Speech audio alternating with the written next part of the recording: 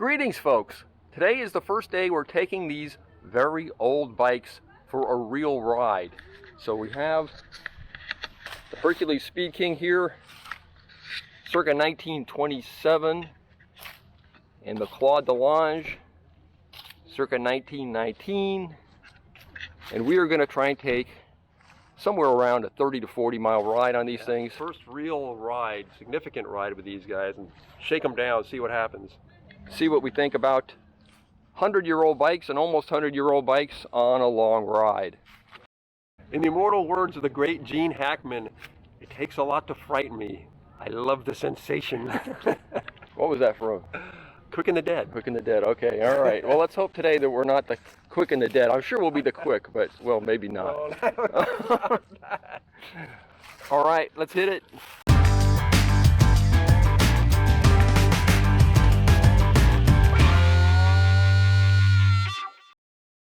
Just wanted to go over a few things up front. Rich is going to ride up a pretty good roller here, and you'll see it doesn't give him much of a problem. His Claude Delange is geared with a 44 front chainring and an 18 cog in the rear. He had it a little better off on the hills, but he spun out pretty quickly on the flats. My Hercules with a 46 up front and a 17 in the rear was about the perfect gearing for the flats, and it didn't really give me any problems on the rollers. And you'll notice the odd helmets we're wearing.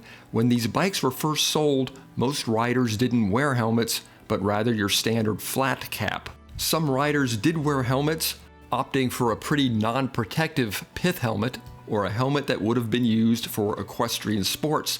This old circa 1930s Alcyon poster shows a rider in a helmet that looks a bit like what we're wearing on today's ride. We just weren't brave enough to take a shakedown ride on 100-year-old bikes without wearing helmets. Also, you'll notice we're not wearing any gloves. From all the photos we found, it looks like gloves weren't used during this time period, with the exception of one photo shown here in which a rider is wearing a large set of period driving gauntlets. I don't know if I'll eventually go the gauntlet route, but we certainly will need to wear gloves for any future rides, as the steel bars on bare hands were pretty darn uncomfortable. Sweat without gloves or bar tape to absorb it was also an issue. Okay, enough of my babbling, let's get on with the ride.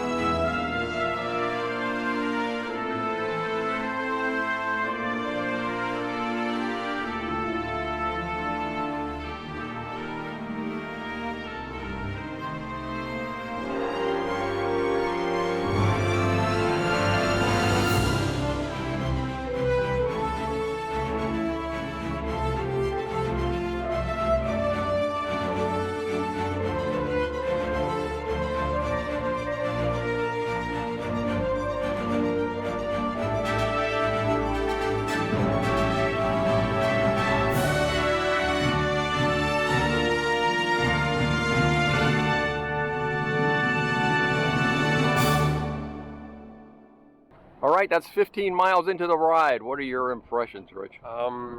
It's very interesting having one gear because it's never quite right for anything. You're either spinning out or it's not enough for a hill, but I guess people that ride fixed gears, it's the same thing, so something to get used to. Nothing's fallen off the bike yet. I've got a little squeak in, I think, my pedal, but if you were 100 years old, you'd be squeaking too. I'm only 59 and I'm squeaking already. I'm squeaking right now. How about the brakes? The front brake, I don't know, it really chatters bad when I try. I've just been using the back brakes and it just kind of slows you down. I wouldn't, in an emergency situation, I'm going to be in trouble on this bike, so I really have to think ahead. You really have to look down the road and make sure, you know, you see what's coming and you're prepared for it. Just like when you're riding a fixed gear, I guess. Yeah, I guess so. All right, and how about the downhills? I thought it was interesting, the downhills. Yeah, I was worried you'd pick up a lot of speed and the brakes wouldn't cut it, but they don't pick up very much speed. They kind of just slug downhill.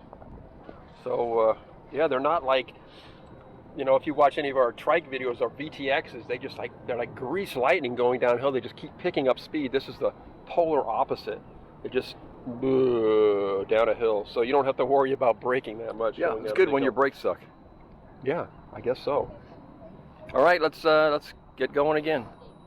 See what happens in the second. This is going to be, I guess, halfway through the ride, huh? Yeah, so it looks like it's going to be a 30-mile ride, and we're about 15 miles so far. All right, let's see if anything else interesting happens.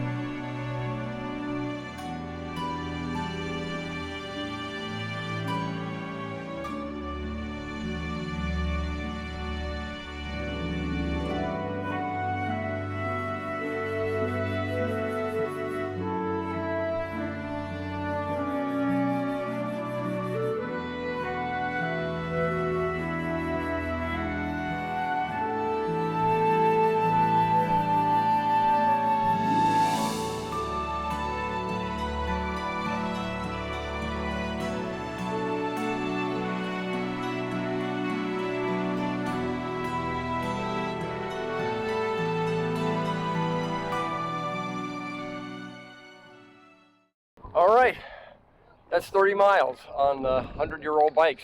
What do you think, Rich? It's a workout. It's interesting because on a more modern bike, when you get to change gears, it kind of saves your legs, but when you're spinning at the same cadence for, I don't know, however long we've been doing this, it really starts taking a toll on your legs. Yeah, it's going to be the same thing that someone on a fixed gear has to deal with, Yeah, I guess. I've never ridden a fixed gear, but yeah, probably the same thing.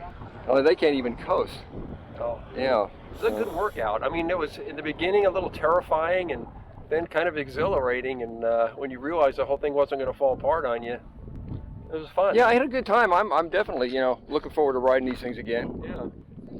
The 1927 Hercules and the 1919 Claude Delange, and this was 30 miles on a 100-year-old bike. I think it's time for 100 miles on a 100-year-old bike. Oh my gosh, wow. Think it's time? Not yet. Maybe a few more rides. All right, we'll see what happens. Yeah. All right, say goodbye, Rich. All right, man, we'll see you guys next time. See you next time. Bye-bye.